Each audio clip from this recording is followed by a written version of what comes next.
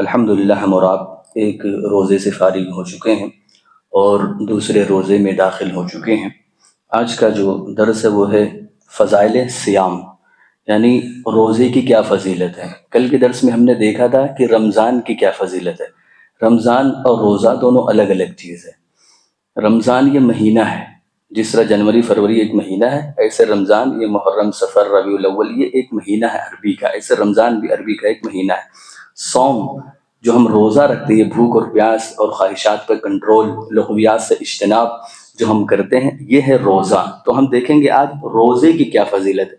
رمضان جو مہینہ تھا اس کی فضیلت کل گزر گئی، آج ہم روزے کی فضیلت دیکھیں گے۔ روزے کی وجہ سے کئی فضیلتیں بیان کی گئی ہیں۔ سب سے پہلی جو فضیلت ہے کہ اللہ کے نبی صلی اللہ علیہ وسلم نے فرمایا من صام رمضان ایمانا واحتسابا غفر له ما تقدم من ذنبه۔ اللہ کے نبی نے فرمایا جس نے ایمان کے ساتھ اور احتساب، ایمان اور ساتھ ہی ساتھ ثواب کی امید کے ساتھ اگر جس نے روزہ رکھا تو اللہ رب العالمین اس کے پچھلے گناہ کو معاف کر دے گا۔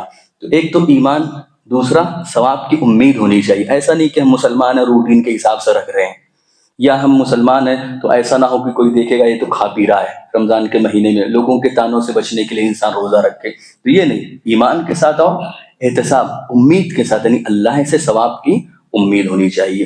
دوسری جو اہم فضیلت ہے وہ یہ ہے کہ جو روزہ ہے اس کا ثواب نہ بے شمار ہے۔ اللہ رب العالمین خود فرماتا ہے، حدیث قدسی ہے کہ بندہ جو بھی عمل کرتا ہے اس کا 1 سے 10 اور 10 سے 700 گنا تک اللہ اجر و ثواب دیتا ہے، لیکن الصوم لی وانا اجزی بہ، اللہ فرماتا ہے کہ روزہ ہے، جو بندہ روزہ رکھتا ہے وہ میرے لیے رکھتا ہے اور میں ہی اس کا بدلہ دوں گا، اور جس کا بدلہ اللہ دے اس کا کوئی شمار نہیں ہے۔ ایک تیسری فضیلت ہے کہ جو صیام ہے نا یہ بندوں کے لیے سفارش کرے گا۔ جیسے دنیا کے اندر ہوتا ہے، وکیل ہوتے ہیں، جج کے پاس ہماری سفارش کرتے ہیں، ہماری بات کو پیش کرتے ہیں، اور کہیں نہ کہیں وکیل کی بات سنی جاتی ہے۔ تو ایسے ہی جو روزہ ہوگا، جو روزہ رکھتا ہے، یہ روزہ خود اللہ سے سفارش کرے گا۔ اللہ کے نبی کی حدیث ہے الصیام والقرآن یشفعان لعبد یقول الصیام یا رب منعته الطعام والشهوات بالنهار فشفعني، ويقول القرآن منعته النوم باللیل فیشفعن۔ یہ اللہ کے نبی کی حدیث میں نے پوری پڑھی۔ اللہ کے نبی نے فرمایا کہ روزہ اور قرآن یہ دونوں اللہ کے پاس سفارش پیش کریں گے۔ یہ روزہ کہے گا کہ اللہ اس نے تیرے لیے دن کے اندر بھوک اور پیاس کو برداشت کیا، اپنے شہوات پر کنٹرول کیا، اے اللہ تو میری سفارش اس کے حق میں قبول فرما۔ تو اللہ رب العالمین اس کی سفارش کو قبول فرمائے گا۔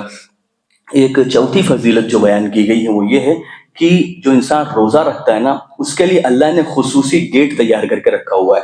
جنت میں بخاری مسلم کی روایت ہے کہ جنت میں کل 8 دروازے ہیں۔ ایک دروازے کا نام باب الریان ہے۔ اللہ کے نبی کی حدیث ہے ان فی الجنت بابا یقال له الریان یدخل منه الصائمون، کہ جو جنت ہے، جنت میں ایک دروازہ ہے جس کا نام باب الریان ہے، اس کے اندر سے صرف اور صرف روزے دار ہی داخل ہوں گے۔ اور ایک آخری حدیث بیان کر کے ختم کروں، اللہ کے نبی کی حدیث جو بارہا آپ کے سامنے ذکر بھی کی گئی ہے کہ ایک روزہ جو انسان اللہ کے لیے رکھتا ہے، نفلی روزے کی فضیلت اللہ کے نبی نے بیان کی کہ 70,000 سال کی مسافت سے اس کے چہرے کو دور کر دیا جاتا ہے، اور فرض روزے کی تو کوئی شمار ہی نہیں ہے۔ تو معلوم ہوا کہ صیام اور روزے کی بڑی فضیلت ہے، اس لیے ہمیں انشاءاللہ العظیم ضرور رکھنا چاہیے، دامے درمے سکنے جہاں بھی ہو سکے، جیسے بھی ہو سکے اس میں تعاون بھی کرنا چاہیے، اور مزید یہ ہے کہ جو ہم روزہ رکھ رہے ہیں اس کا کما حقہ ادا کرنا چاہیے۔ اللہ سے دعا ہے کہ بارے ہم تمام مسلمانوں کو سننے سے زیادہ عمل کرنے کی توفیق عطا فرما۔